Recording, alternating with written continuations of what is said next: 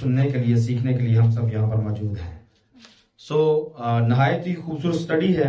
जब ये खरूज की किताब स्टार्ट हुई थी तब मैंने कहा था कि जब हम इसके एंड पे पहुंचेंगे तो हम अपने आप को तैयार कर लेंगे आसमान की बादशाही में जाने के लिए। ये मैंने खरूज की किताब के शुरू में ऐसा बोला था जब खरूज की किताब पर पहला पैगाम दिया गया था, क्योंकि इसमें पूरे का पूरा मुकाशफा है।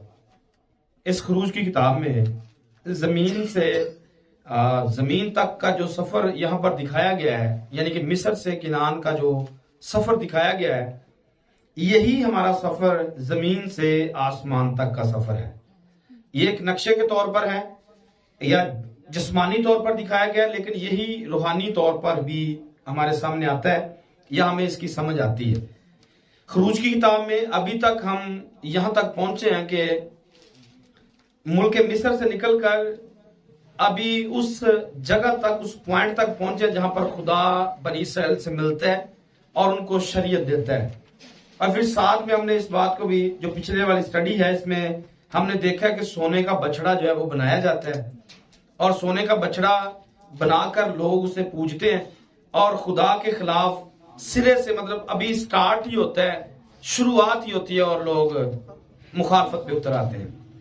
तो अचानक से कुछ भी नहीं है हमारे साथ, क्योंकि हम ऐसा मानते हैं कि अचानक से कुछ भी नहीं हो रहा। ये सब खुदा का प्री प्लान है, पहले से डिजाइन किया हुआ है। हर चीज पहले से डिजाइन है और हम उसी के मुताबिक जिंदगी बसर कर रहे हैं। कोई चीज अचानक से नहीं है। हमारे लिए कुछ चीजें शायद हादसा हो सकती हैं। अगर हम लोगों की तरह सोचेंगे तो हमारे लिए कुछ चीजें हादसा हो सकती हैं, पर अगर आप खुदा की जगह पे आके सोचेंगे तो कुछ भी हादसा हमारे लिए, क्योंकि हमारे लिए हमें सब, मतलब पहले ही पता है कि सब कुछ क्या होने वाला है। जैसे खुदा को पता है कि क्या होने वाला है, हमें भी पता होना चाहिए, क्योंकि ये बाइबल हमारे पास है। बाइबल में सब कुछ बताया हुआ है कि आगे क्या होने वाला है। आमीन। तो खुदा की जगह पर आकर सोचेंगे तो ही हमें समझ में आएगा कि सब कुछ जो है ये पहले से डिजाइन है, सब कुछ पहले से लिखा हुआ है, बनाया गया है, दिखाया गया है। तो हमने इसको समझना है। खरूज की किताब में अपने आप को, सिंपल सी बात है, इसको समझिए कि जैसे ही बनी इस्राएल कौम मिस्र से निकलती है तो फिरौन की गुलामी से आजादी पाने पर खुदा मुखातिब होता है। खुदा मतलब आता है अपने अहकामात देने के लिए।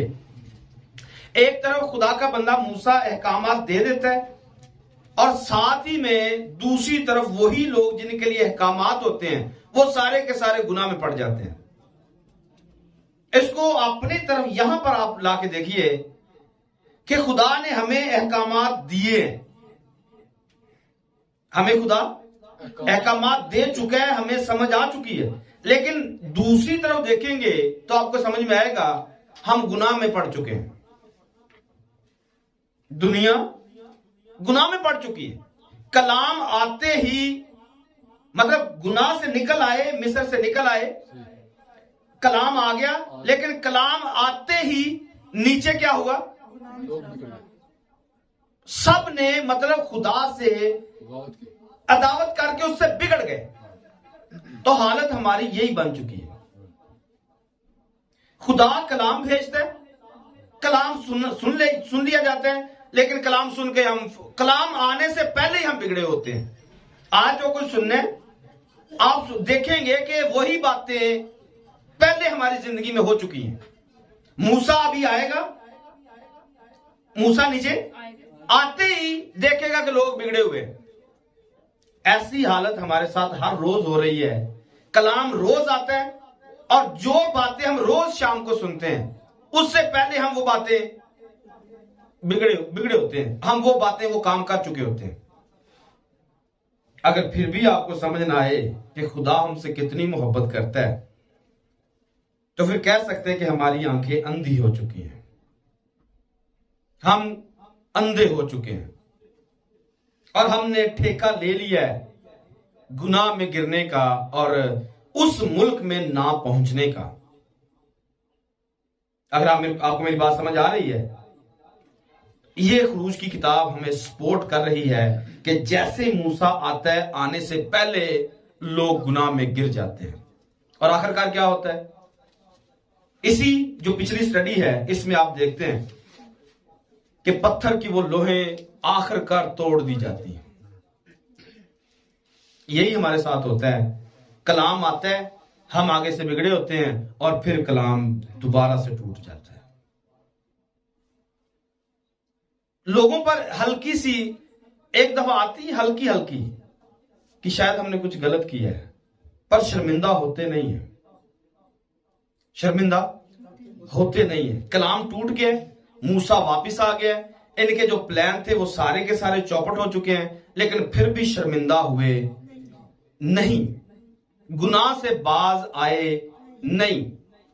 शायद हमारी हालत ऐसी हो चुकी है, कलाम रोज आ रहा है, रोज आ रहा है, हर रोज कलाम को तोड़ते, शर्मिंदा नहीं होते हैं, बेइज्जती महसूस नहीं करते, या बेइज्जती करवाना फख्र समझ लिया कि हमें बेइज्जती हो रही, कोई बात नहीं है, तो आदत पड़ चुकी है।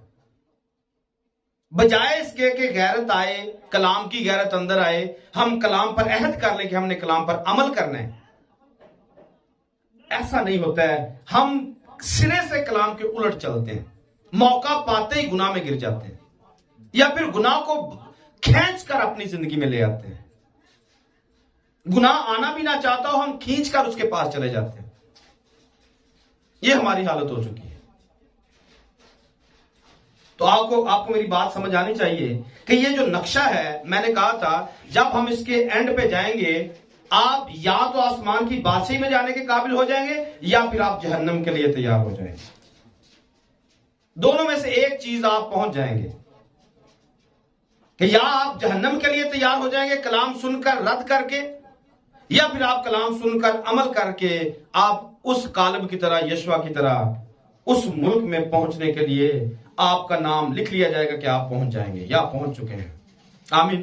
तो फैसला तो हमारा है, हमने क्या करना है।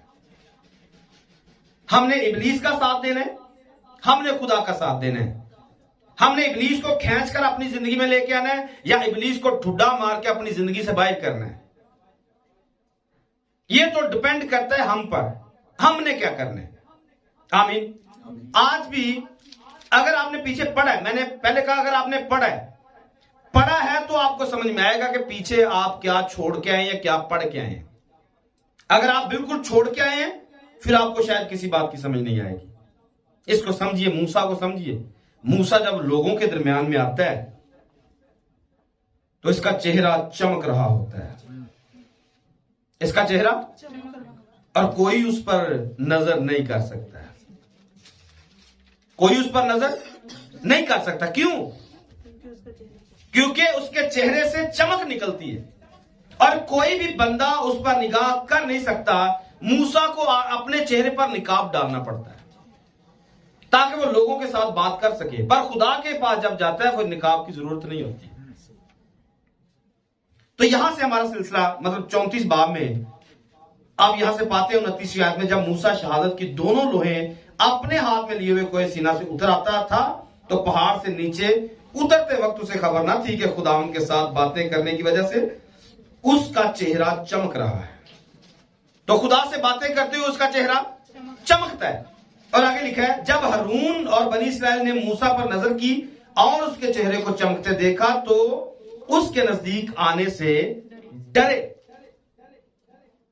आज भी ऐसा डर लगता है जब कलाम आता है और फिर कलाम खास खुदा ने दिया हो, फिर बंदा उनको उस तरफ देख नहीं सकता है क्योंकि बदी के खिलाफ गुनाह, मतलब कलाम आ चुका है।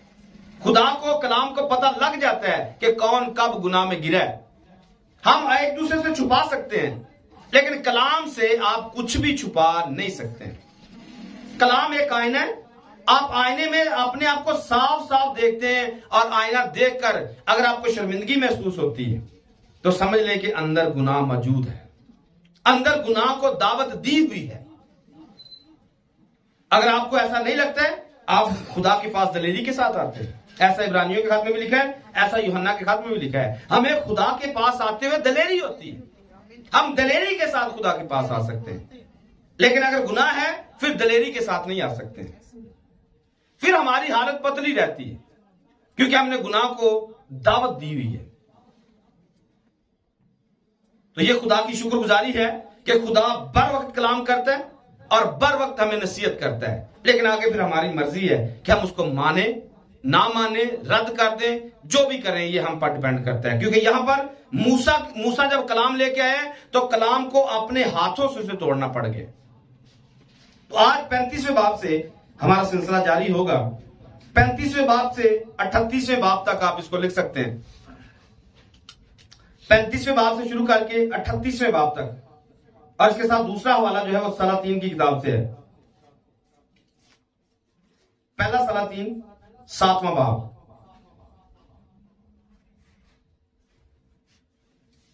पहला सलातीन 7वां बाब है। ये पूरे का पूरा आप पढ़ सकते हैं। और इसके साथ साथ मरकज की इंजील में से 14वां बाब है, उसको आप पूरा पढ़ सकते हैं पूरे हफ्ते में। और फिर इब्रानियों के खात में से 9वां बाब और उसकी पहली आयत से लेकर 11 आयत तक है। ये 4 हवाला जात है जो आप पूरा हफ्ता इनको पढ़ सकते हैं और अपने लिए कुछ ना कुछ हर रोज इसमें से निकाल सकते हैं। और मैं ऐसा ईमान रखता हूं कि आप 7 दिन पढ़ेंगे, 7 दिन ही आपको कुछ ना कुछ नया मिलेगा। पढ़ेंगे तो मिलेगा, नहीं पढ़ेंगे तो फिर जैसे पहले चल रहा है वैसे चलता रहेगा। पढ़ेंगे तो फायदा होगा, ये गारंटी है। कुछ ना कुछ नया मिलेगा, फायदा होगा, जरूर फायदा होगा। लेकिन अगर आप नहीं पढ़ेंगे नुकसान जरूर हो जाएगा कि जो खजाना, जो कीमती चीजें यहां पर है आप उनको मिस कर देंगे। अगली दफा हम इससे आगे बढ़ जाएंगे। तो अगर आपने मिस करना है तो आपकी मर्जी है, अगर आपने कुछ हासिल करना है फिर भी आपकी मर्जी है। आमीन।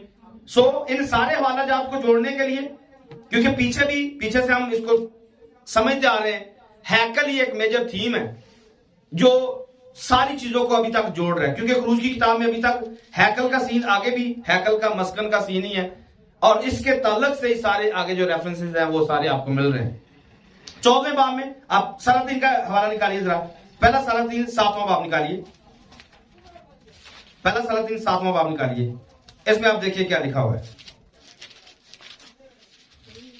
और सुलेमान 13 बरस अपने महल की तमीर में लगा। सुलेमान 13 बरस अपने महल की तामीर में लगा रहा और अपने महल को खत्म किया। अपने महल को खत्म किया क्योंकि उसने अपना महल लुबनान के बन की लकड़ी का बनाया जी, और उसकी लंबाई 100 हाथ और चौड़ाई 50 हाथ और ऊंचाई 30 हाथ थी। और वो देवदार के सतूनों की 4 कतारों पर बना था और सतून पर देवदार के शतीर थे, और वो 45 शतीरों के ऊपर जो सतूनों पर टिके थे। आमीन। सो आप 40 आयत से पढ़िए इसी की, सिर्फ आपको दिखाने के लिए कि जो कुछ यहां पर है वो आपको पीछे खरूज की किताब में मिलेगा। आप इसका छठा बाब इसके साथ मिला के पढ़ सकते हैं। इसी सलातीन का छठे बाब में भी आपको हैकल का सिस्टम नजर आएगा। यहां से 40 आयत में भी लिखा हुआ हैकल के साजो सामान की मुख्तसर फहरिस्त दिखाई गई है। आप इसको पढ़ सकते हैं, उसके साथ मिलाकर पढ़ सकते हैं क्या कुछ यहां पर है, क्या कुछ खरूज की किताब में है, आप उसको भी पढ़ सकते हैं। पढ़ दे, 2-3 आयतें पढ़ दे इसको। और हिराम ने होजों और बेलचों और कटोरों को भी बनाया। बस हिराम ने वो सब काम जिसे वो सुलेमान बादशाह की खातिर खुदा के घर में बना रहा था तमाम किया। आमीन। इतने काफी है। यहां पर भी खुदाम के घर की बात है, खुदाम के घर का साजो सामान बनाया जा रहा है। खरूज की किताब में जो हमने हवाला पढ़ा है उससे भी आप, क्योंकि वापस इस पे आएंगे हम, आप देखेंगे कि उसमें भी हैकल का सामान है, हैकल की बातें, हैकल की चीजें हैं। मरकज की इंजील में देखिए, यहां पर भी एक खास काम है, इसको आप देखेंगे। मरकज की इंजील 14वें बाब में पहली ऐसे पढ़ दें, एक आयत पढ़े। 2 दिन के बाद फसा और ईद फतीर होने वाली थी, और सरदार काहन और फकिया मौका ढूंढ रहे थे कि उसे क्यों कर फरेब से पकड़कर कत्ल करें, क्योंकि कहते थे कि ईद में नहीं, ऐसा न हो कि लोगों में बलवा हो जाए। जी, आगे पढ़ते जाइए, पढ़ते जाइए। जब वो बैत अनिया में शमौन कोड़ी के घर में खाना खाने बैठा तो एक औरत जट मासी का बेश कीमत खालस अतर संगे मुर और अतर दान में लाई, और अतर दान तोड़कर अतर को उसके सर पर डाला। मगर बाज अपने दिल में खफा होकर कहने लगे, ये अतर किस लिए जाया किया गया। आमीन। ये छोटा सा मैंने आपको तारुफ दिखाया इस बाब में क्या चल रहा है। यहां पर आप देखते हैं ईद फसा का वक्त है। ईद फसा पर वो टाइम है जब यीशु मसीह को मारने की तैयारी चल रही है। इल्जाम ढूंढा जाएगा, इस पर इल्जाम क्या लगाया जाए। इसकी 57 आयत में देखिए, 57 आयत से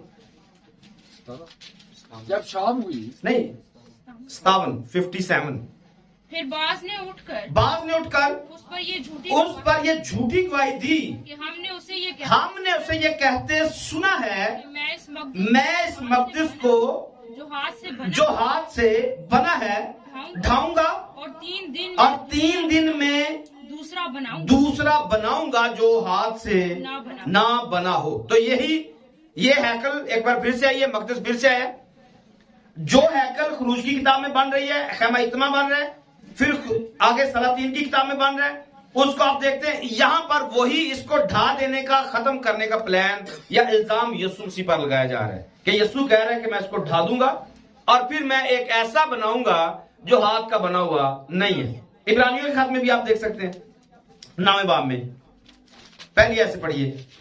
वर्ष पहले अहद में भी इबादत के अहकाम थे। जी, पहले अहद में भी इबादत के अहकाम थे और ऐसा मकदस जो दिनवी था, ऐसा मकदस जो दिनवी था या दुनियावी था, दिनवी ठीक है था, यानी एक खैमा बनाया गया था, अगले में चिरागदान और मेज और नजर की रोटियां थी, उसे पाक मकाम कहते हैं। और दूसरे पर्दा के पीछे वो खैमा और दूसरे पर्दा के पीछे वो खैमा था जिसे पाक तरीन कहते हैं। उसमें सोने का उसूस और चारों तरफ सोने से मढ़ा हुआ अहद का संदूक था।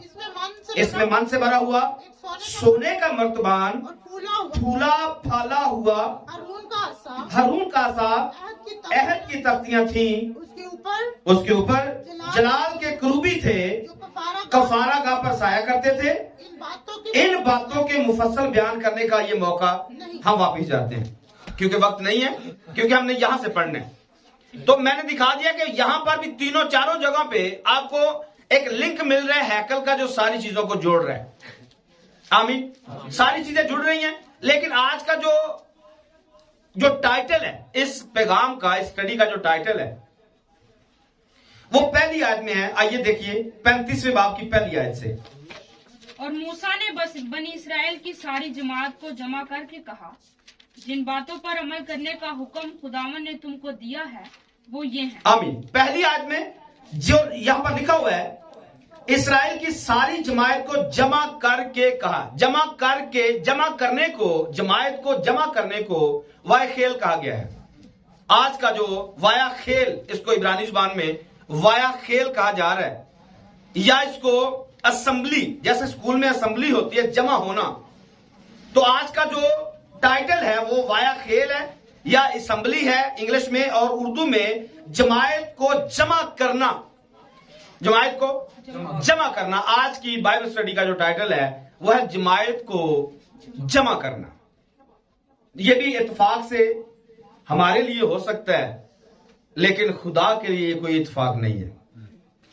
खुदा के, मैंने पहले शुरू में कहा, यह सब कुछ प्री प्लान है खुदा की तरफ से। आज ये मर्जी थी खुदा की कि आज ये पैगाम आए और आज हम इसको समझें। खुदा क्या चाहता है?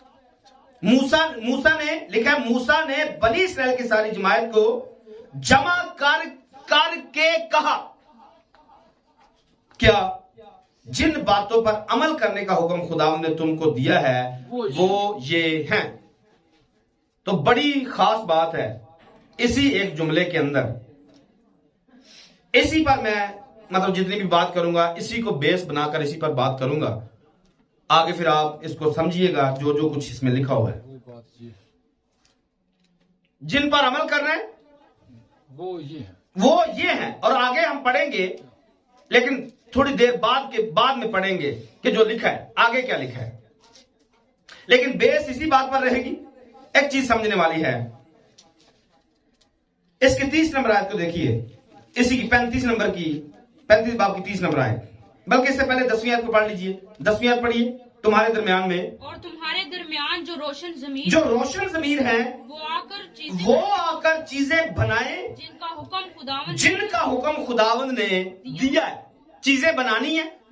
पीछे हमने पढ़ा कि हुक्म खुदा दे रहा है, कुछ चीजें बनानी है।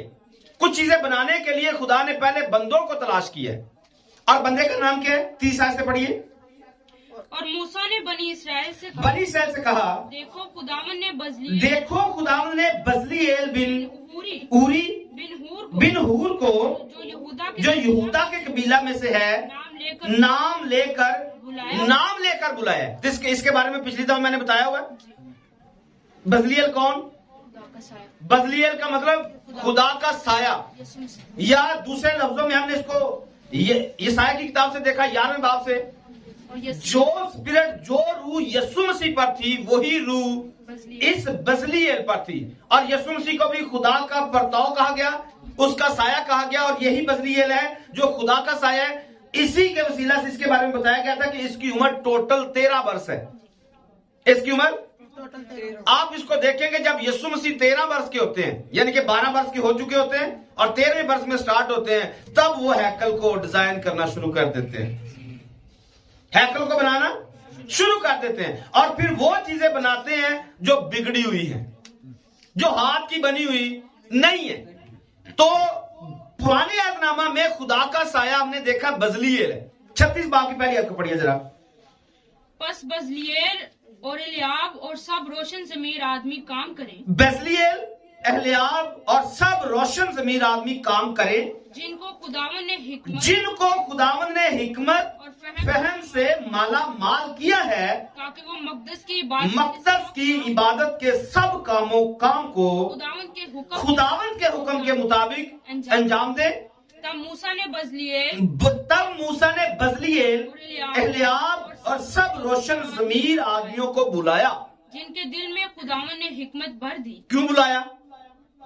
ताकि इनके दिल के अंदर खुदा हिकमत भर दे, यानी जिनके दिल में तहरीक हुई कि जाकर काम करें। आपने समझा? हिकमत किनको मिलती है? हिकमत किसको मिली? दोबारा इस आयत को पढ़िए दोबारा से। तब मूसा ने बजलीएल, एलियाब और सब रोशन ज़मीर आदमियों को बुलाया, जिनके दिल में खुदावन ने हिकमत भर दी। जिनके दिल में खुदा ने हिकमत, इसको समझना है एल्डर साहब, इसको समझना है। क्या लिखे?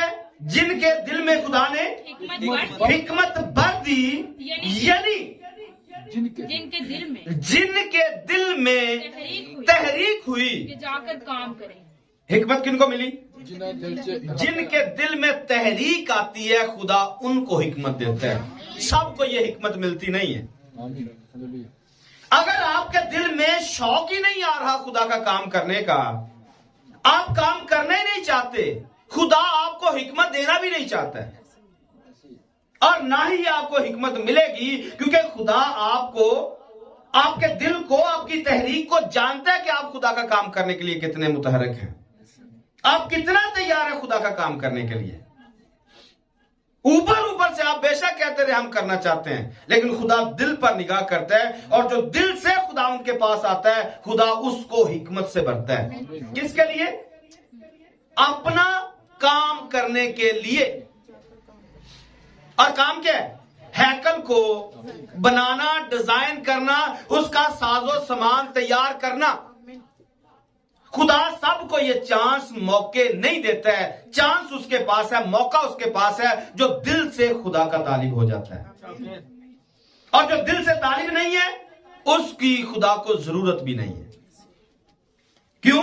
खुदा किसी से भी अपना काम करवा सकता है, इसमें कोई प्रॉब्लम नहीं है। आप नहीं है, मैं नहीं हूं, इसका मतलब हरगिज ये नहीं है कि दुनिया में बंदे खत्म हो चुके हैं। खुदा किसी से भी अपना काम करवा सकता है। आप तैयार नहीं है, खुदा छोड़ देगा, ठीक है, नहीं है तो कोई इश्यू नहीं है। खुदा किसी दूसरे को पकड़ेगा और किसी दूसरे के वसीला से अपना काम कर लेगा। यहां पर उनको मौका दिया गया है, बजलीएल को, एलियाब और सब रोशन ज़मीर आदमियों को बुलाया, जिनके दिमाग रोशन हो चुके हैं, जिनके दिल रोशन हो चुके हैं, जो जल रहे कलाम की रोशनी से। अगर आप और मैं कलाम की रोशनी से नहीं जल रहे, खुदा मुझे आपको इस्तेमाल नहीं करेगा अपने काम के लिए। आज तक अगर इतने मैसेज सुनने के बाद भी आपका दिल नहीं कर रहा काम खुदा का करने के लिए, समझ लें कि ना तो आप रोशन ज़मीर हैं, ना ही आप दिल से मुतहरक हुए हैं खुदा का काम करने के लिए। जब आप मुतहरक हो जाएंगे, जब आपका दिल करेगा खुदा का काम करने के लिए, तब खुदा हिकमत भी देगा और काम करने के लिए आपको इस्तेमाल भी करेगा। लेकिन जब तक आप दिल से तैयार नहीं हैं, आप कुछ भी कर नहीं सकते, खुदा आपको कुछ दे भी नहीं सकता। आमीन कह सकते हैं? इल्हाब, बजलीएल और इल्हाब। इल्हाब क्या है? इल्हाब के नाम का मायने भी बड़ा खास है। इल्हाब के नाम के मायने खुदा का खेमा। बजलीएल के नाम का मतलब खुदा का साया। बजलीएल का मतलब खुदा का साया, इल्हाब का मतलब खुदा का खेमा। काम कौन करना चाह रहा है? यह काम कर कौन सकता है? वो जो खुदा को अपने अंदर रख सकता है। हिकमत कौन? हिकमत खुदा खुद है। जब तक इल्हाब हम बन नहीं जाते, हम खुदा को अपने अंदर रख नहीं सकते, खुदा हमारे वसीला से काम कर नहीं सकता है। दूसरे लफ्जों में, हम खुदा का साया बन नहीं जब तक जाते, हम खुदा का काम नहीं कर सकते। मुझे और आपको खुदा का साया बनना बहुत जरूरी है। खुदा की जगह पर खड़ा होना हमें बहुत जरूरी है, क्योंकि खुदा ने हमें यह हिकमत दी है, या खुदा ने यह खिदमत दी है कि हम खुदा की जगह पर खड़े होकर खुदा का काम कर सके, और उन लोगों में जो गुनाह के अंदर गिरे हुए हैं, उनको गुनाह से बाहर निकाल सके, उनको खुदा के पास लेकर आ सके, ताकि वो हमेशा की जिंदगी के वारिस बन जाए। अपने गुनाहों से, बदियों से, बदकारियों से तौबा करके वो खुदा के पास आ सके। और यह तब तक मुमकिन नहीं है जब तक हमारे दिल में तहरीक नहीं आती है, जब तक हमें खुदा का खौफ हमारे अंदर नहीं आता है, या खुदा के काम करने का शौक हमारे अंदर नहीं आता है। तो बजलीएल का नाम का मतलब खुदा का साया, और इल्हाब का मतलब खुदा का खेमा। ज़बूर 91 पढ़िए, उसकी पहली आयत को देखिए जल्दी से। ज़बूर 91 पहली आयत से। जो हक ताला के पर्दा में रहता है, जो हक ताला के पर्दा में रहता है, वो कादर मुतलिक के साया में सुकूनत। वो सारे नहीं, दोबारा पढ़िए। जो हक ताला के पर्दा में रहता है, वो कादर मुतलिक के साया वो कादर मुतलिक के साया में सुकूनत करता है। मैं खुदावन के बारे में कहूंगा, मैं खुदावन के बारे में कहूं। ये इल्हाब कह सकता है, ये बजलीएल कह सकता है, क्योंकि वो खुदा के साया में रहते हैं, वो खुदा के खेमा में रहते हैं। और फिर या दूसरे लफ्जों में, वो खुद खुदा का खेमा बन जाते हैं और खुदा को अपने अंदर ले आते हैं। और जो अपने आप को पेश करता है, इस खेमे के नीचे ले आता है, यानी कि जो हक ताला के पर्दा में आ जाता है, वही सुकूनत कर सकता है। और सुकूनत के लिए आप इब्रानी लफ्ज देख सकते हैं, सुका इसे कहा जाता है झोंपड़ी को। झोंपड़ी, सुका क्या है? झोंपड़ी। और झोंपड़ी क्या है? एक टेंट, एक खेमा है। और इसी मुनासबत से आप देखेंगे, खुदावंद यीशु मसीह खुदा का खेमा बन गए। खुदा का साया भी बने, वो उसके जलाल का उसका परताव बना, और नंबर 2 पर वो खुदा का खेमा बना, और खुदा उस खेमे में आकर रहा। खुदा उस खेमे में, तो आप देखेंगे बजली और इल्हाब दोनों ही यीशु मसीह की शैडो पिक्चर है। और मैं और आप भी यीशु मसीह की शैडो पिक्चर बन सकते हैं इस जमीन के ऊपर, जब हम उसकी जगह पे आ जाएंगे, उसका काम करने के लिए तैयार हो जाएंगे, और उसकी तरह अपने आप को खेमा बना लेंगे और उसे अपने अंदर ले आएंगे। हम खुदा का काम कर सकते हैं। जब तक खुदा हमारे साथ नहीं है, हमारे अंदर नहीं है, हम खुदा का काम कर नहीं सकते। हम जिस्मानी तदबीरें तो बहुत बांध सकते हैं। पहले यूहन्ना की इंजील को देखिए, पहले बाब की 14 आयत को। यूहन्ना की इंजील पहले बाब की 14 आयत, जल्दी से। कलाम मुजस्सम हुआ, फजल और सच्चाई से मामूर होकर हमारे दरमियान रहा। हमने उसका ऐसा जलाल देखा, जैसा बाप के इकलौते का जलाल। आमीन। तो ये जो मुजस्सम होना है, इसका पहले कई दफा बताया हुआ है, इसका मतलब है यूनानी के अंदर जो फुट नोट के अंदर लिखा हुआ है, रेफरेंस के अंदर, जो रेफरेंस बाइबल उसके अंदर लिखा हुआ है, उसके फुट नोट के नीचे लिखा हुआ है खुदा ने खैमा डाला। खुदा ने, तो जो मुकद्दसा मरियम से बदन पैदा हुआ है ये खुदा का खैमा है और यही इल्हाब है। इल्हाब इसी की जगह पर आया है और इसने अपने आप को खुदा का खैमा बना लिया ताकि खुदा उसके अंदर आ सके, खुदा अपनी हिकमत को उसके अंदर रख कर वो हैकल का काम कर सके। जब तक ये दोनों खुदा का खैमा और खुदा का साया बन नहीं गए तब तक हैकल डिजाइन भी हो नहीं सकी। मुकाशफा किताब 21 बाब में आइए, 21 बाब की पहली आयत से पढ़िए। फिर मैंने एक नया आसमान और नई जमीन को देखा, क्योंकि पहला आसमान और पहली जमीन जाती रही थी और समंदर भी ना रहा। फिर मैंने शहर मुकद्दस नए यरूशलेम को आसमान पर से खुदा के पास से उतरते देखा और वो उस दुल्हन की मानंद रास्ता था जिसने अपने शौहर के लिए श्रृंगार किया हो। फिर मैंने तख्त में से किसी को बुलंद आवाज से ये कहते सुना कि देख। क्या देखना है? खुदा का खैमा। खुदा का खैमा कौन? एलियाब। खुदा का खैमा आगे जाकर आप देखेंगे यीशु मसीह। ये जिस खैमे की बात चल रही है यीशु मसीह है। खुदा का खैमा आदमियों के दरमियान होगा। अगर आप और मैं खुदा का खैमा बन जाएंगे तो ये आयत आज हमारी जिंदगी में पूरी हो सकती है। हम खुदा का खैमा बन जाएंगे, खुदा हमारे अंदर रहेगा और फिर हैकल डिजाइन हो सकती है। फिर हैकल के बर्तन बन सकते हैं, फिर हैकल के ज़रूफ बन सकते हैं। और जब तक हम खुदा का साया नहीं बनते, खुदा का खैमा नहीं बनते, तब तक हम कभी भी खुदा का काम नहीं कर सकते हैं, खुदा की हैकल बना नहीं सकते हैं। आमीन।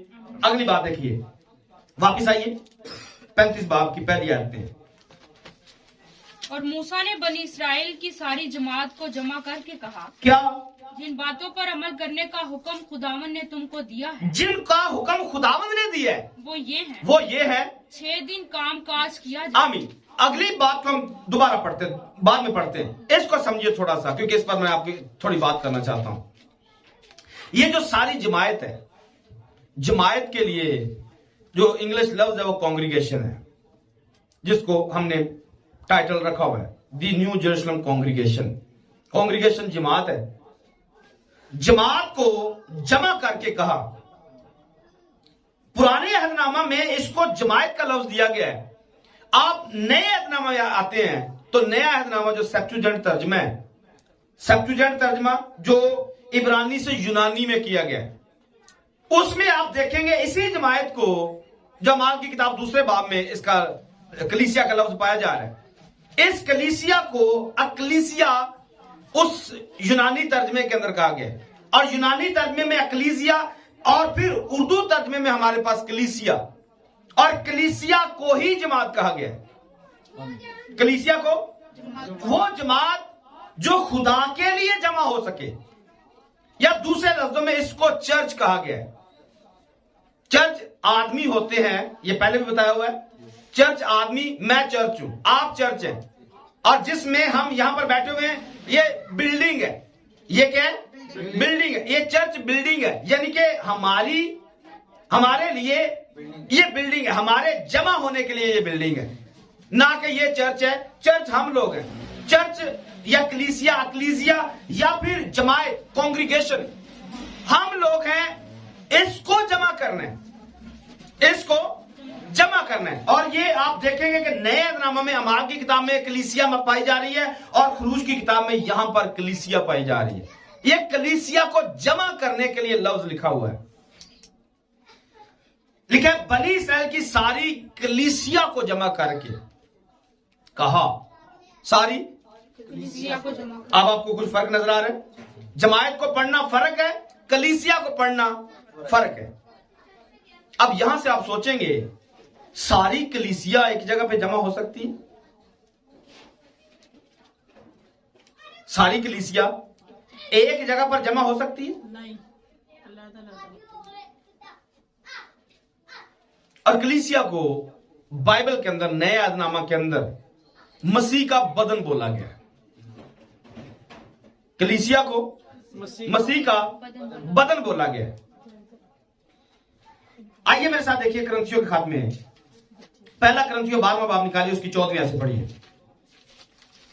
चुनाचा बदन में एक ही अजू नहीं, चुनाचे बदन में एक ही अजू नहीं बल्कि बहुत से। बहुत से हैं। अगर पाँव कहे चूंकि मैं हाथ नहीं, इसलिए के बदन का नहीं, इसलिए मैं बदन का नहीं। गौर से सुनना है क्या लिखा है। चुनाचा बदन में एक ही अजू नहीं बल्कि बहुत से हैं। और आगे लिखा है अगर पाँव कहे चूंकि मैं हाथ नहीं, मैं पाँव हूं, मैं हाथ नहीं हूं, इसलिए मैं बदन का नहीं, तो वो इस सबब से बदन से खारिज तो नहीं। मतलब अगर ये कह दे, पाँव कह दे कि मैं हाथ नहीं हूं तो मैं बदन का नहीं है, ऐसा मुमकिन है? ऐसा मुमकिन नहीं है। आगे पढ़िए। और अगर कान कहे चूंकि मैं आंख नहीं, इसलिए बदन का नहीं, तो वो इस सबब से बदन से खारिज तो नहीं। इस सबब से वो बदन से खारिज तो नहीं है। आगे अगर सारा बदन आंख ही होता तो सुनना कहां से होता? अगर सुनना ही होता सूंघना कहां से होता? जी, और सूंघना कहां से होता? आगे मगर फिल वाकया खुदा ने हर एक अजू को बदन में अपनी मर्जी के मुआफिक रखा है। अगर वो सब एक ही अजू होते तो बदन, फिर बदन कितने होता? हम यहाँ पर अपनी बात करते हैं, हम सब जितने यहाँ पर बैठे हुए हम सब फर्क है, हम सब की वैल्यू फर्क है। आप ये नहीं कह सकते कि मैं पादरी सैमुअल बन जाऊं, और पादरी सैमुअल ये नहीं कह सकता कि मैं एल्डर इरफान बन जाऊं। एल्डर इरफान की अपनी जगह, डीकन जिशान की अपनी जगह, पादरी सैमुअल की अपनी जगह, ये सारे के सारे अपनी अपनी जगह पर काम कर रहे हैं। और अगर कोई बंदा ये कहता जी मैं पादरी सैमुअल नहीं हां तो लिहाजा मैं इस कलीसिया का जमात का हिस्सा ही नहीं है, ऐसा मुमकिन है? अगर खुदा बुलाना चाह रहा है, आपको इकट्ठा करना चाह रहा है, आपको एक जगह पर खड़ा करना चाह रहा है, आप खड़े नहीं होना चाहते हैं, फिर अगली बातें हो सकती हैं। आप मतलब उस जगह पे आना ही नहीं चाहते जो आपकी जगह है, आप उस जगह पे आना ही नहीं चाहते, क्या आप कह सकते हैं कि हम अगली बातें सुन सकते हैं? इसलिए मैंने कहा हम यहां पे इसको समझेंगे, फिर अगली बात को पढ़ेंगे। हम पिछली बात को समझने के बगैर अगली बात तक नहीं जा सकते। पढ़िए आगे क्या लिखा है।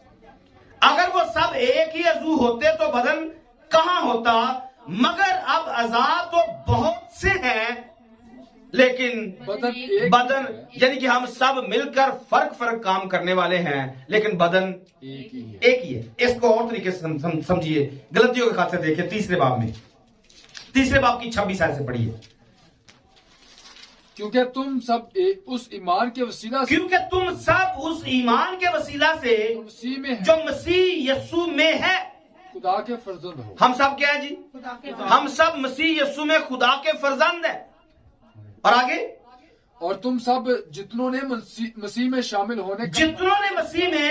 होने का बपतिस्मा लिया, मसीह को पहन लिया। ना कोई यहूदी रहा, ना यूनानी, ना कोई गुलाम, ना आजाद, ना कोई मर्द, ना औरत, क्योंकि तुम सब मसीह यीशु में एक हो। आपको समझ में है? यहाँ एक फर्क तरीके से बताया गया। एक पीछे हमने पढ़ा हम सब मुख्तलिफ अज़ा हैं, और अज़ा मुख्तलिफ सारे मिलकर एक बदन है।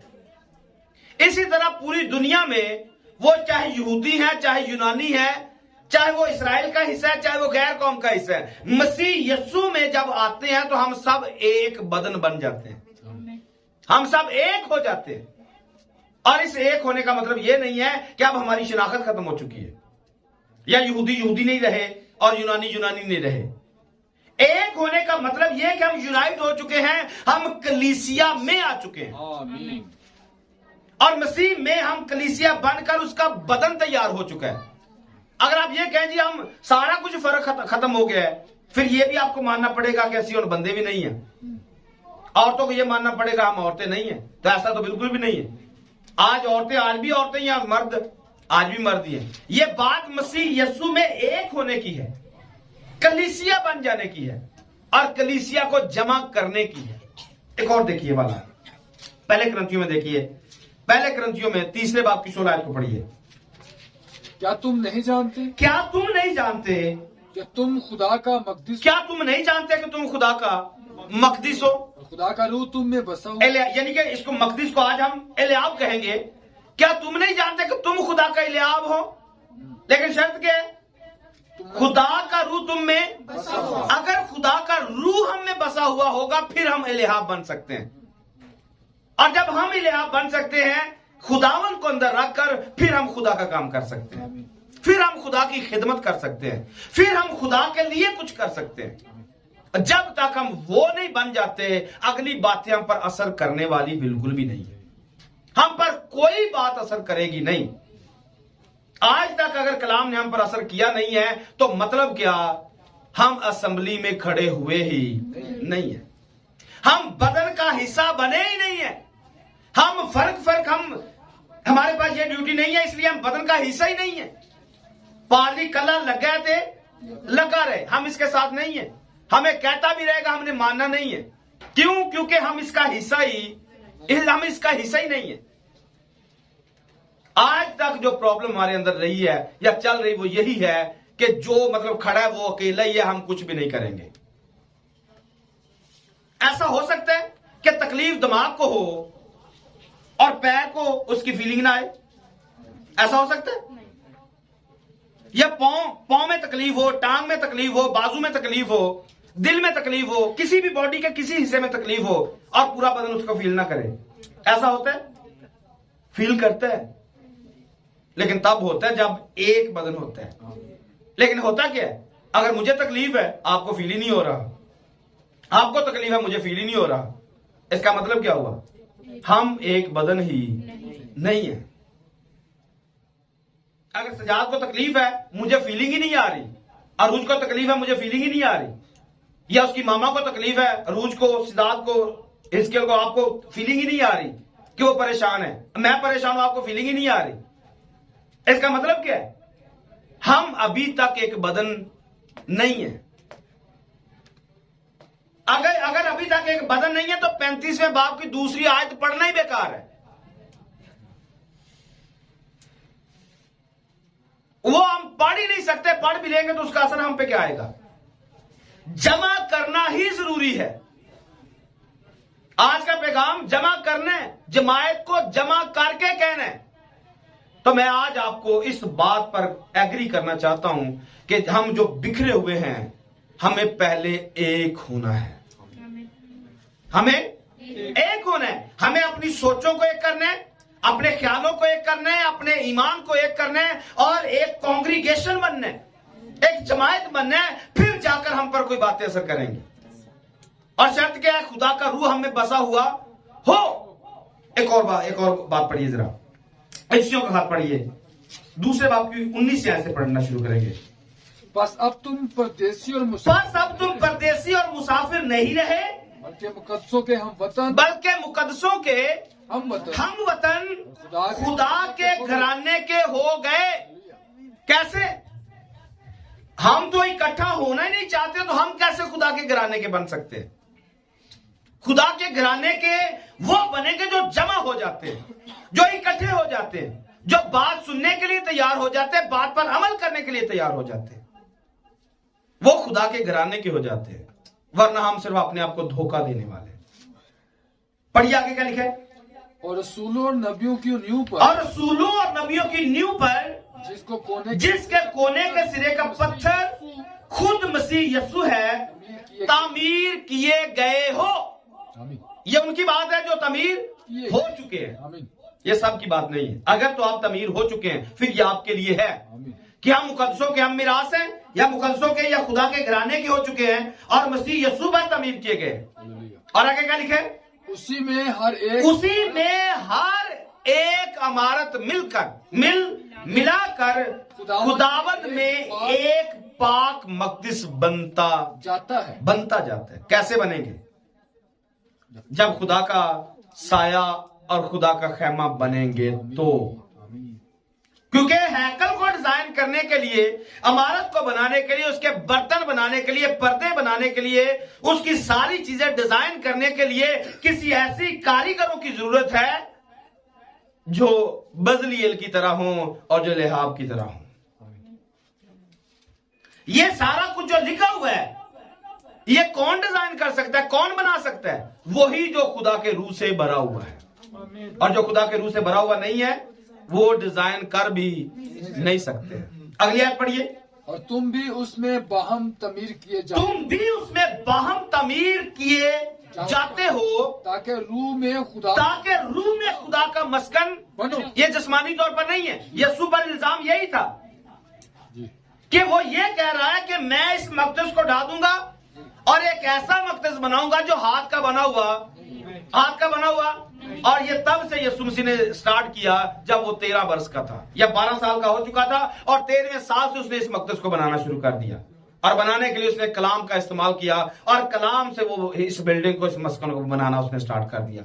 आज तक वो इस मस्कन को बना रहे हैं, और मैं और आप उसी मस्कन का हिस्सा बन रहे हैं। उसी में हम तमीर हो रहे हैं और उसी में हम एक इमारत बन रहे हैं। तो बनेंगे वही जो दिल से आना चाहते हैं। बनेंगे वही जो दिल से आना चाहते हैं।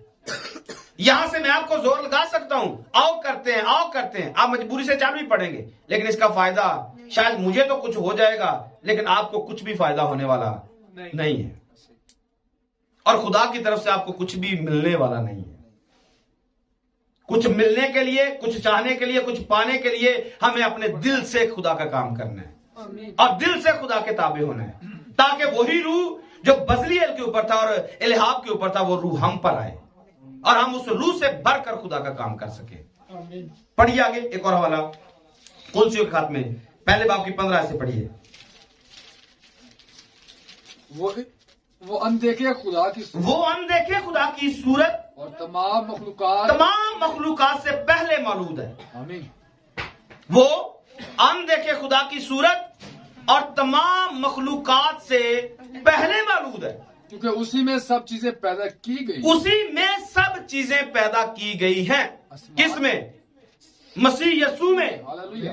उसी में सब चीजें पैदा की गई हैं, आसमान की हो या जमीन की, देखी हो या अनदेखी, तख्त हो या रियासतें, हुकूमतें, इख्तियारात, सब चीजें उसी के वसीला से और उसी के वास्ते पैदा की गई हैं, और वो सब चीजों से पहले है, और उसी में सब चीजें कायम रहती हैं। और वही बदन यानी कलीसिया का सर है। वो क्या है जी? वो वही बदन यानी कलीसिया का। हम सब क्या है जी? आपस में हम सब मिलकर बदन है, और बदन के मुख्तलिफ अज़ा हैं, और जब तक हम ही जुड़ते नहीं हैं, सर ऊपर कैसे लग सकता है? जब तक हम जुड़े ही नहीं, सर लग नहीं सकता है। सर क्या है? सर से आप देखेंगे, सर के अंदर ये पूरा सर है, इसके अंदर दिमाग पाया जाता है, इसी के अंदर आप देखेंगे ये पूरे का पूरा आपके कान, आपके दांत, आपकी आंखें, ये सारा कुछ किधर है? ये आपके इसी के साथ है, जुड़ा हुआ है। अगर यीशु ही हमारे साथ नहीं है, ना हम सोच सकते हैं, ना हम सुन सकते हैं, ना देख सकते हैं, ना बोल सकते हैं। नीचे क्योंकि हम सारे के सारे मुत्तफिक ही नहीं है, हम एक ही नहीं है, हम जुड़े हुए नहीं है। और जब जुड़े हुए नहीं है तो कुछ कर भी, जब जुड़े हुए नहीं है हरून भाई, जब जुड़े हुए नहीं है कुछ कर भी नहीं सकते। वजह क्योंकि जिसने ऊपर से कमांड देनी है, माइंड ने, ये दिमाग ने, देखकर बताना है, सुनकर सुनाना है, जुबान से बोलना है, यही हमारे ऊपर नहीं है। आप यूं कह सकते हैं हम सरकटी कलीसियां हैं, हम सरकटी कलीसियां हैं। और जिसका ऊपर सारी नहीं है, और जिसका सारी ना हो, जिसका सरबराह ही ना हो, कोई उसका हो ही ना, वो बदन चल कैसे सकता है? और सर यीशु मसीह है। जब यीशु ही हमारे साथ नहीं है, हम चाह कर भी कुछ कर नहीं सकते। हम खुदा का काम खुदा के बगैर नहीं कर सकते। यीशु मसीह ने कहा, तुम मुझसे जुदा होकर कुछ नहीं कर सकते। वो सर है कलीसिया का। पढ़िए आगे क्या लिखा है। और वही बदन यानी कलीसिया का सर है। वही बदन यानी कलीसिया का सर है। वही इब्तदा है। वही इब्तदा है। और मुर्दों में से जी उठने वालों में से पहले उठा। वही मुर्दों में से जी उठने वालों में से पहले उठा, ताकि सब बातों में उसका अव्वल दर्जा, सब बातों में उसका अव्वल दर्जा हो। क्योंकि बाप को ये पसंद, बाप को ये पसंद आया। सारी मामूरी उसी में सुकूनत करे। सारी मामूरी उसी में, ये बाप को पसंद है, हमें नहीं आता है। हमें बाप को तो ये पसंद है कि यीशु ही हर चीज का मरकज बने, लेकिन हमने अपनी जिंदगियों का मरकज किसी और चीज का बनाया हुआ है। कितना बड़ा मुकाशवा कुर्सियों के खात्मे हमने पढ़ ली है। आसमान की चीजें, जमीन की चीजें, जमीन के नीचे की चीजें। फिर एक दिन पहले मैंने खानदान के ऊपर बताया था, मसीह खानदान जो पैगाम था उसमें मैंने बताया था, आसमान का खानदान, जमीन के सारे खानदान यीशु मसीह के साथ नामजद है। और बाग को आप देखेंगे, बाग एदन को देखेंगे, बाग के बीच में दरमियान में वही यीशु था जो हयात का दरख्त था। लेकिन शायद हमने किसी और को अपनी जिंदगी का सेंट्रल पॉइंट बना दिया है। किसी कचरे को अपनी जिंदगी के अंदर रखा हुआ है। यीशु मसीह जो जिंदगी है, उसको रद्द करके आप उसका काम नहीं कर सकते। आप यीशु की जगह गंदगी को रखकर उसका काम नहीं कर सकते। उस गंदगी को पहले निकालना पड़ेगा। उस गंदगी के ढेर को पहले फना करना पड़ेगा, फिर हम खुदा का काम कर सकते हैं। और यह तब होगा जब हम दिल से खुदा के ताबे हो जाएंगे। जब हम, और जब तक दिल से ताबे नहीं है, हम खुदा का काम कर भी नहीं सकते। कोई हैकल डिजाइन हम कर नहीं सकते। ना जमीन पर कोई बिल्डिंग बना सकते हैं, और ना रूहानी मायनों में हम किसी कलीसिया को डिजाइन कर सकते हैं। तो क्या लिखा, मूसा को क्या बताया गया? सारी जमात को जमा करके ये बातें उनको सुनानी है और इनका हुक्म देना है कि इन पर अमल करना है। ये जमा करना ही तो मुश्किल है। ये जमा ही तो होते नहीं है। ये जमा ही हमारा अपना अकेला, हमारा सिर्फ बदन जमा नहीं होता है। हम अपने बदन के, अपनी रूह के खिलाफ काम करते रहते हैं। ऐसा लिखा हुआ है, जिस्म रूह के खिलाफ ख्वाहिश करता है और रूह जिस्म के। हम तो अपने बदन के साथ मुतफिक नहीं है, अपनी रूह के साथ मुतफिक नहीं है। रूह बदन के साथ जमा नहीं है और जिस बदन रूह के साथ जमा नहीं है, यहां कलीसिया को जमा कैसे किया जा सकता है? यहां एक खानदान को कैसे जमा किया जा सकता है? आज एक फैमिली पूरी की पूरी जमा नहीं है। मां की सोच फर्क है, बाप की फर्क है, बेटी की फर्क है, बेटों की फर्क है। चर्च की बात कर लेंगे, पादरी की फर्क है, कलीसिया की सोच फर्क है। और कलीसिया में हर खानदान की सोच फर्क है। हर खानदान के अंदर हर बच्चे की सोच, बड़ों की सोच फर्क है। जमा कैसे करने हैं और उनको सिखाना कैसे कि खुदा के हुक्म कैसे पूरे करने हैं, ये जमा करना ही मुश्किल है। आज बदन के अज़ाब बिखरे हुए, आज घरों के अंदर, कलीसियों के अंदर अज़ाब बिखर चुके हैं। और जब अज़ाब बिखरे हुए हैं, कुछ होना मुमकिन ही नहीं है। कुछ होना मुमकिन नहीं है। इसलिए मैंने कहा अगली बात पढ़ना ही बेफायदा है, क्योंकि पहले जमा होंगे तो अगली बात पढ़ेंगे। अगर जमा नहीं है, अगली बात पढ़ेंगे भी तो उसका फायदा। एक और बात, एक चीज पढ़िए, मत्ती के इंजील में आइए, 7 बाब की 21 नंबर आयत से पढ़िए। जो मुझसे आए खुदावन, जो मुझसे आए खुदावन कहते हैं, उनमें से हर एक आसमान की बादशाही में दाखिल ना हो। उनमें से हर एक आसमान की बादशाही में दाखिल, वजह क्या है? क्यों दाखिल नहीं होंगे? हम सब अपनी बात कर लेते हैं, हम सारे खुदावन कह रहे हैं। हम सारे अपनी अपनी जगह पे तो सारे खुदावन कह रहे हैं। नाम खैमा बने, नाम साया बने, नाम इकट्ठे हुए, नाम खैमा बन सके, नाम खुदा का साया बन सके, और ना ही खुदा का रूह हम में आ सका। क्योंकि सर हम होंठों से सिर्फ तमजीद हम होंठों से करते हैं, खुदावंद हम होंठों से खुदावंद खुदावंद कहते हैं। इसलिए लिखा है उनमें से हर एक आसमान की बादशाही में दाखिल ना होगा मगर वही जो मेरे आसमानी बाप की मर्जी पर चलता है, ये दाखिल होगा। जो आसमानी बाप की मर्जी पर चलता नहीं है वो दाखिल भी। तो मर्जी क्या है? पहले जमा होना है। मर्जी क्या है? पहले जमा होना है। आगे बढ़िए। उस दिन बतेरे मुंह से कहेंगे, उस दिन बहुतेरे मुझसे कहेंगे, ऐ ऐ खुदावन, खुदावन, ऐ खुदावन, ऐ खुदावन, क्या हमने तेरे नाम क्या हमने तेरे नाम से नबूवत नहीं की और तेरे नाम से बदरूहों को तेरे नाम से बदरुओं को नहीं निकाला और तेरे नाम से बहुत से तेरे नाम से बहुत से मोजे। नहीं दिखाया? यह यहूदा इस्करियोती भी आएगा इस लिस्ट में।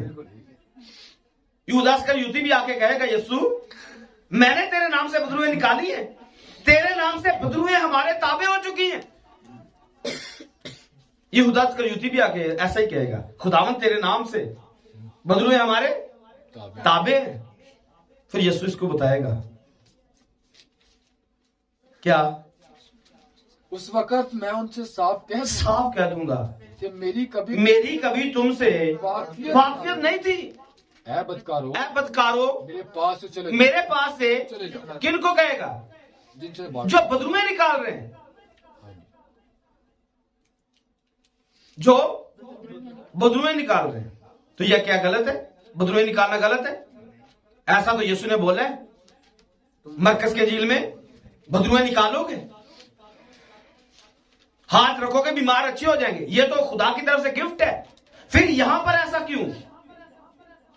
ऐसा इसलिए कि बदरुएं तो निकाल रहे थे लेकिन काम खुद बदरुओं वाले कर रहे थे। जमात को जमा नहीं कर सकते, काम बदरुओं वाले कर रहे, क्योंकि बदरुओं का काम क्या है? बखेरना, तोड़ना, बर्बाद करना। और यही काम इन्होंने किया है। लोगों में तो ये बदरुएं निकाल रहे थे लेकिन हकीकत में लोगों को ये बिखेर रहे थे। आज की कंडीशन क्या है? एक घर दूसरे खानदान के साथ मुत्तफिक नहीं है। किसने की है? कौन करने वाला है? कौन जिम्मेदार है इसका? कलीसिया के अंदर होना तो यूं चाहिए था कि मोहब्बत ज्यादा बढ़ जाती जितना हम कलाम सुन रहे हैं या सुना रहे हैं, लेकिन आज तक हम खुद एक जगह पे जमा नहीं हो सके। हम दूसरे को कैसे जमा कर सकते हैं? फिर ये आवाज आएगी, ऐ बदकारो मेरे पास से चले जाओ। फिर आगे क्या लिखा है? बस जो कोई मेरी ये बातें सुनता और उन पर अमल करता है, जो बातें सुनता है और उस पर अमल करता है, वो उस अकलमंद आदमी की माने ठहरेगा जिसने चट्टान पर अपना घर बनाया और मींह बरसा, पानी चढ़ा, आंधियां चली और उस घर पर टकरें लगी, लेकिन वो ना गिरा, क्योंकि उसकी बुनियाद चट्टान पर डाली गई थी। और आगे पढ़े और जो कोई मेरी ये बातें सुनता है और उन पर अमल नहीं करता, उस बेवकूफ आदमी की माने ठहरेगा जिसने अपना घर रेत पर बनाया और मींह बरसा, पानी चढ़ा, आंधियां चली, उस घर को सदमा पहुंचा और वो गिर गया और बिल्कुल बर्बाद हो गया। अगर हमारी कंडीशन यही रहेगी, हम सिर्फ कलाम को सुनने वाले रहेंगे, उस पर अमल करने वाले नहीं रहेंगे, एक ही झटके में हम गिरकर फना हो जाएंगे, बर्बाद हो जाएंगे। और यही हाल आज की कलीसिया का है। कलीसिया आज कलाम तो सुन रही है, हल्का सा झटका आता है और गिर जाता है, बर्बाद हो जाते हैं। आज घरों के घर बर्बाद इसी वजह से है। क्यों बिखरे, क्यों गिरे, आज क्यों जमा नहीं है, आज क्यों खड़े नहीं है? क्योंकि हल्की सी आजमाइश आने पर गिर गए। और फिर शरीर के बारे में लिखा हुआ है, वो गिरता है, फिर वो गिरा रहता है, पड़ा रहता है। अगर कोई साधुक होता है तो वो गिरकर उठ जाता है, खुदा से उठा देता है। लेकिन अगर कोई शरीर होता है वो गिरकर पड़ा रहता है, फिर वो उठने का नहीं है। कुछ और पढ़ते हैं, रूमियों के खात में ये 2 बाब की 13 आयत को पढ़िए।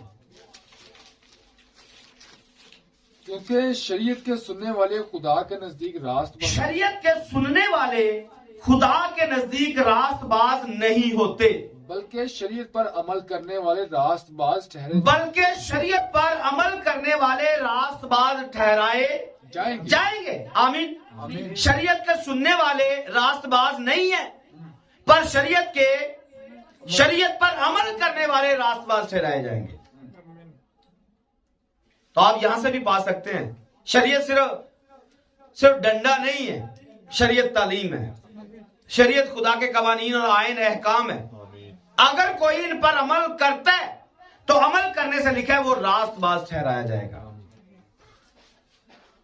तो यहां पर अमल तो कोई करना नहीं चाहता, यहां पर लिखा है जिन बातों पर अमल करने का हुक्म खुदावंद ने तुमको दिया है वो ये है।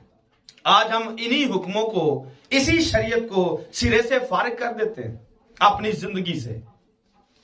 हम दूसरों की बात नहीं करते, हम अपनी बात करते हैं। हम शरीयत को मानने वाले, हम कहते हैं जी शरीयत पर अमल करना चाहिए, लेकिन ये कहने की हद तक है, ये हम एक्सेप्ट करते हैं, हम बिलीवर हैं।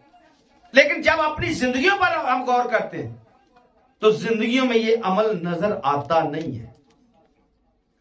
कलाम पर अमल करते हुए हम नजर आते नहीं है, और शायद हम उनसे भी कुछ आगे निकल गए जो सिरे से साफ इनकार कर लेते हैं। ये आप समझेंगे कि वो तो सिरे से ही कहते हैं हमने मानना नहीं है। ये दो आदमियों की मिसाल बताई गई है, खेत में जाओ, जाकर काम करो, क्या कहता है? उसने सिरे से जवाब दिया मैं नहीं जाऊंगा, लेकिन बाद में पछताकर चला गया। ये दूसरी पार्टी है जो सिरे से इनकार कर रही है। अंदर खाते में बैठकर वो सोचेंगे यार असा गलत किया है, और वो अमल करना। लेकिन दूसरी तरफ हम लोग हैं, हम कहते हैं हम मानेंगे, हम करेंगे, हमें शरीयत आती है, हमें शरीयत का पता है, लेकिन हम अमल करते ही फारिग कौन हो जाएगा? हम लोग फारिग हो जाएंगे, क्योंकि हमने इकरार कर लिया और अमल किया ही। वो इनकार करके अमल करना उन्होंने शुरू कर दिया, वो आगे निकल जाएंगे। तो इसको समझना है, इनकार कर रहे हैं या इकरार कर रहे हैं? हम इकरार कर रहे हैं, शरीयत पर अमल करने वाले रास्तबाज ठहरेंगे, ऐसा हम ईमान रखते हैं। क्योंकि रूमियों के खास दूसरे बाब की 13वीं आयत में हमने यही पढ़ा है कि शरीयत पर अमल करने वाले रास्तबाज ठहराए जाएंगे। तो मैंने कहा हम तो इसको जानते भी हैं, समझते भी हैं, बिलीवर भी हैं, मानने वाले भी हैं, लेकिन अगर अमल नहीं करते तो फिर वो आयत हम पर सादिक आएगी कि तुम में से कोई शरीयत पर अमल करना नहीं चाहता है। फिर वो आयतें हम पर सादिक आएंगी, मेरी आंखों से पानी के चश्मे जारी, क्योंकि लोग तेरी शरीयत को नहीं मानते। एक तो वो जो सिरे से ही मानने से इनकार करते हैं, और दूसरा हम लोग जो मानकर भी उस पर अमल नहीं करते हैं। तो दोनों में फर्क, दोनों में नहीं है, क्योंकि वो जुबान से इकरार करके नहीं कर रहे, हम इकरार करके अमल नहीं कर रहे। तो बात तो अमल करने की है, और जब तक कोई अमल नहीं करता वो जमा भी नहीं है, वो इकट्ठा भी नहीं है। इकट्ठा वही होगा जो बाइबल पर अमल करने वाला है, बातों बातों से नहीं। एक और हवाला पढ़िए, याकूब के खात्मे से पहले बाब की 22 आयत तो देखिए।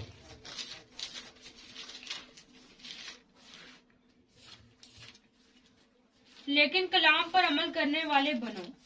क्या लिखा है? लेकिन कलाम पर अमल करने वाले बनो, ना महज सुनने वाले जो अपने आप को धोखा देते। सुनने वाले महज, जो सिर्फ महज सुनते वो अपने आप को धोखा देते। अपने आप को धोखा देते।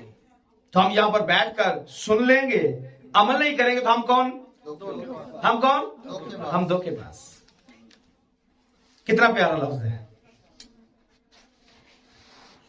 हम बात सुन लेंगे, सुनकर इस पर अमल, कितना खूबसूरत लक़ब हमें मिलेगा। क्यों हिजकिय्याह? सुनकर अमल नहीं करेंगे, कैसा लक़ब मिलेगा? धोखेबाज। अच्छा है लोग हमें धोखेबाज कहें, या ये अच्छा है कि हम इस बात से नफरत करें?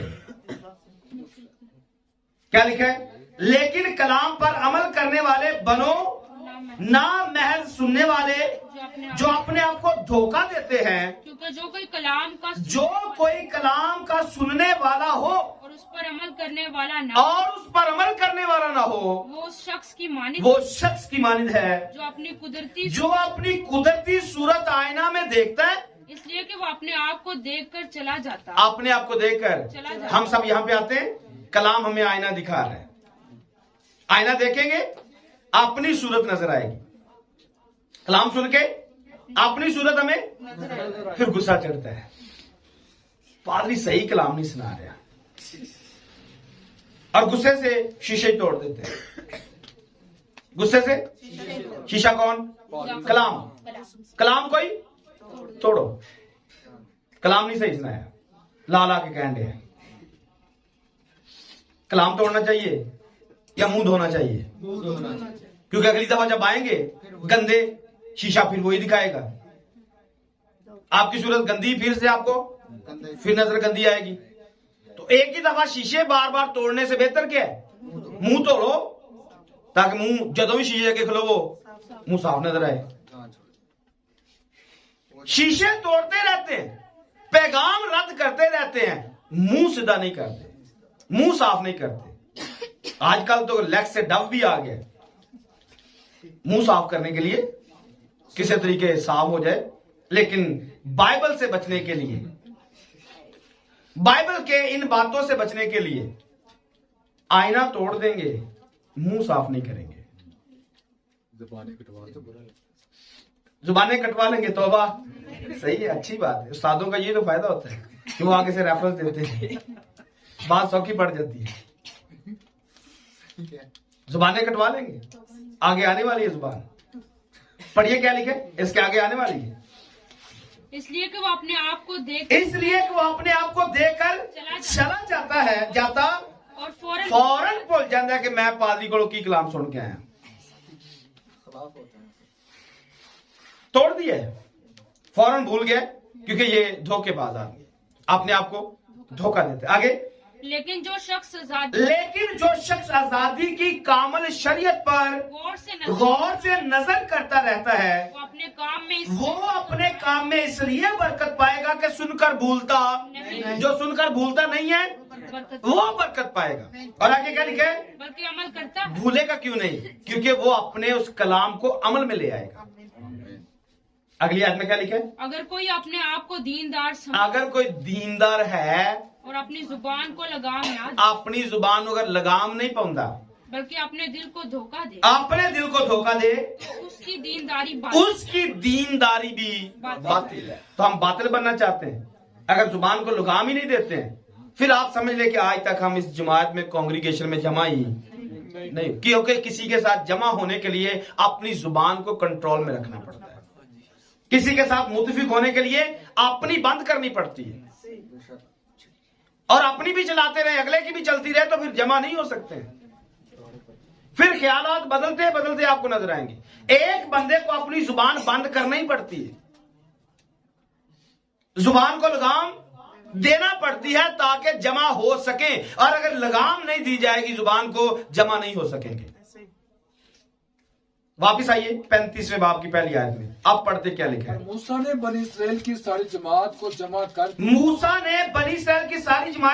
करके कहा, मैंने आपको कह दिए, मैंने आपको जमा करके कह दिए, और बाकी को ऑडियो वीडियो के वसीला से कह रहा हूं। क्या?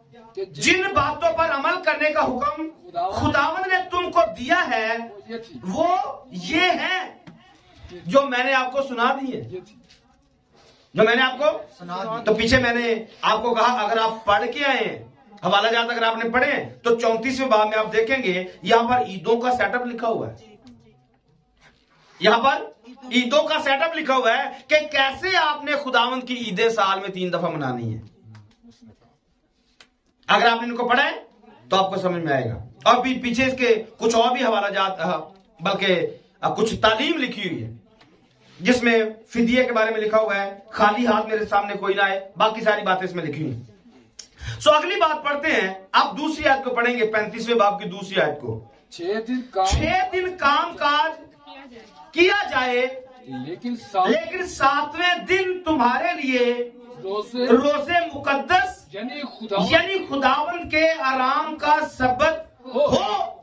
जो कोई उसमें कुछ काम करे, कुछ काम करे वो मार डाला जाए। वो मारा या मार डाला, ये कौन मानेगा? जो पहली आयत में फिट बैठेगा वो तो इसको मानेगा, लेकिन अगर पहली आयत में फिट नहीं बैठता है, वो मैंने कहा अगली आयत पढ़ने का फायदा ही कोई नहीं। खुदा की मर्जी क्या है? खुदा यहां पर अपना मतलब कुछ करवाना चाहते हैं। खुदा हैकल का काम करवाना चाह रहे हैं, हैकल बनवाना चाह रहे हैं, लेकिन हैकल बनवाने से पहले आप देखेंगे खुदा आराम दे रहे हैं। खुदा बाग अदन में आप देखेंगे आदम को बनाकर पहले खुदा ने जब ये कहा कि तूने बागबानी और निगहबानी करनी है, तो पहले नंबर पर उसे आराम के अंदर रखा है। छठे दिन में उसे बनाया गया और डायरेक्ट उसे सब्बत के आराम में डाला गया। यहां पर भी खुदा काम करवाना चाहता है, पहले आराम देना चाहता है। और मुकाशवा की किताब 21वें बाब में भी आप देखेंगे कि जो सब्बत का आराम अभी बाकी है, 6 दिन में काम काज चल रहा है। आदम यानी कि हम लोग तैयार हो रहे हैं और यहां से खुदा उठाएगा और हमें डायरेक्ट सब्बत के आराम में लेकर जाएगा, यानी कि 1000 साल बादशाही में लेकर जाएगा। इतवार के पैगाम में मैंने बताया था, इस पर बात कर सकते हैं। 1000 साल बादशाही क्या और अबदी बादशाही क्या? 1000 साल बादशाही हमारे लिए आराम है। 1000 साल बादशाही हमारा आराम है, वो यस्सु की बादशाही नहीं है। यस्सु की बादशाही तो अबदी बादशाही है। यस्सु की बादशाही तो अबदी बादशाही, वो उसकी सल्तनत तो अब तक रहेगी। लेकिन उसके मुकद्दस लोगों के लिए, हमारे लिए खुदा ने एक आराम का दिन रखा हुआ है और वो हमारे साथ रहेगा। खुदा का खैमा हमारे साथ रहेगा और खुदा के बच्चे उसके साथ सुकूनत करेंगे। और सुकूनत वही लफ्ज फिर से सुकूनत सुका, यानी कि ईद ख्याम का जश्न होगा। और इसके लिए आप जकरिया 14वां पढ़ सकते हैं। यही कुछ 1000 साल बादशाही में होगा। सुका सुकूनत, सुका सुकूनत है। खुदा का खैमा आदमियों के दरमियान है और खुदा ही साथ होगा तो सुकूनत होती है, अदरवाइज खुदा के बगैर कोई सुकून नहीं है। खुदा के बगैर कोई ना तो आराम है और ना ही सुकून है। यीशु के बगैर जिंदगी में ना सुकून है और ना आराम है। और चाहिए क्या? हम खुदा का खैमा बने, हम खुदा को अपने अंदर रखें, और जब वो अंदर आता है तो हमारी जिंदगी आराम से स्टार्ट होती है। हम आराम के अंदर चले जाते हैं। यीशु मसीह वो आराम है। सब्बत का आराम यीशु मसीह खुद है। जब वो हमारी जिंदगी में आता है, हमारी जिंदगी में आराम आ जाता है। आराम का मतलब हमारी भाग दौड़ खत्म हो जाती है, हम मुतमिन हो जाते हैं, हम इत्मीनान के अंदर आ जाते हैं। हमारे पास कुछ होगा फिर भी इत्मीनान के अंदर होंगे, नहीं होगा फिर भी इत्मीनान के अंदर होंगे। दुख होगा, सुख होगा, आफत होगी, आजमाइश होगी, मुसीबत होगी, सलाब होगा, किसी भी कंडीशन के अंदर होंगे, हम मुतमिन होंगे। क्यों? क्योंकि यीशु हमारे साथ है, यीशु हमारे अंदर है। और ऐसे लोग खुदा का काम कर सकते हैं, ऐसे लोग खुदा की मुकद्दस हैकल को बना सकते हैं। आमीन। अगली आयत को पढ़िए, चौथी आयत से पढ़ना शुरू करेंगे। थोड़ी सी बातें करके शुरुआत करने लगे। मूसा ने बनी इस्राएल की सारी जमात से कहा, जिस बात का हुक्म खुदावन ने दिया है, क्या दिए? वो ये है कि तुम अपने पास से खुदावन के लिए हदिया लाया करो। जिस किसी के दिल की खुशी हो, वो खुदावन का हदिया लाए। सोना और चांदी, हदिया जान निकालने वाला है। सोना और चांदी और पीतल और आसमानी रंग और अर्गवानी रंग और सुर्ख रंग के कपड़े और महीन कतान और बकरियों की पशम और मेंढों की सुर्ख रंगी हुई खालें और तुखस की खालें और कीकर की लकड़ी और जलाने का तेल, मसा करने के तेल के लिए खुशबूदार बखूर के लिए मसाला और अफूद और सीने बंद के लिए सुलेमानी पत्थर और जड़ाओ पत्थर और तुम्हारे दरमियान जो रोशन जमीन है। आमीन। तो यहाँ पर आपने देखा कौन देगा? ये हुक्म खुदा ने दिया है। मैंने कहा अगली बातें करना या पढ़ना बेफायदा है। क्यों? क्योंकि जब तक जमा ही नहीं है, ये बातें उन पर असर करती हैं जो जमा हो जाते हैं। क्योंकि मैंने कहा मुश्किल है, आराम तो चलो हम मान मून के कर ही लेंगे क्योंकि आराम की गल है, लेकिन अगली बात चौथी आयत में जब हम पहुंचेंगे, फिर सोने के, चांदी के, पीतल के हदिये देना, फिर हम एकदम से साइड मारेंगे। हैकल बनानी है, हैकल बनानी है। कैसी हैकल?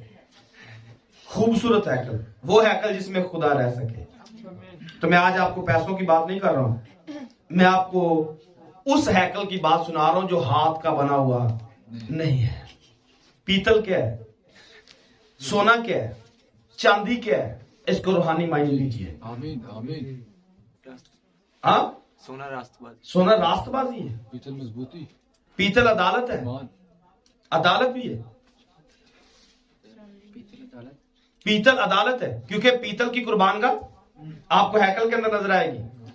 पीतल का सिस्टम जितना भी है, आप मूसा के दौर में चले जाइए, पीतल का सांप अदालत को जाहिर करता है। यसु मसीह के पीतल के पांव आप देखेंगे, पीतल की तरह अदालत को जाहिर करते हैं। पीतल अदालत की निशानी है। अगर हम सोना, चांदी, जी चांदी की निकंदनी, चांदी हमारे कामों को भी मतलब बोला जाता है, राष्ट्रबाजी को बोला जाता है। सोना बादशाहत की अलामत है। इसकी और भी मिसालें बन सकती है, रूहानी मायने निकल सकते हैं, लेकिन हम एक दो चीज को ले लेते हैं। सोना बादशाहत की अलामत है, चांदी हमारे राष्ट्रबाजी के काम लगा ले, और पीतल हमारी अदालत लगा ले, क्योंकि हमने जो कुछ भी डिजाइन करना है उसको पूरे परफेक्ट तरीके से डिजाइन करना है, और इसके लिए पीछे हमें जमा होना पड़ेगा। जब तक हम जमा नहीं होंगे तब तक हम कुछ भी कर नहीं सकते। आमीन। तो जरूरी क्या है? सबसे पहले जरूरी क्या है? हम जमा हो जाए, हमारे बदन एक हो जाए, हमारी सोचें एक हो जाएं, हमारे ख्याल एक हो जाएं, ताकि हम जो कुछ भी करना चाहते हैं या खुदा जो कुछ हमसे करवाना चाहता है, आने वाले दिनों में हमसे खुदा क्या काम करवाना चाहता है, उसके लिए मैसेज यही है, हमें इकट्ठा होना है, जमा होना है। जब तक जमा नहीं होंगे हम कोई भी हैकल डिजाइन नहीं कर सकते। आमीन। तो यहाँ पर इसको बंद करते हैं। खुदा इस कलाम के वसीले मुझे और आपको बरकत बख्शे। God bless you all. आमीन।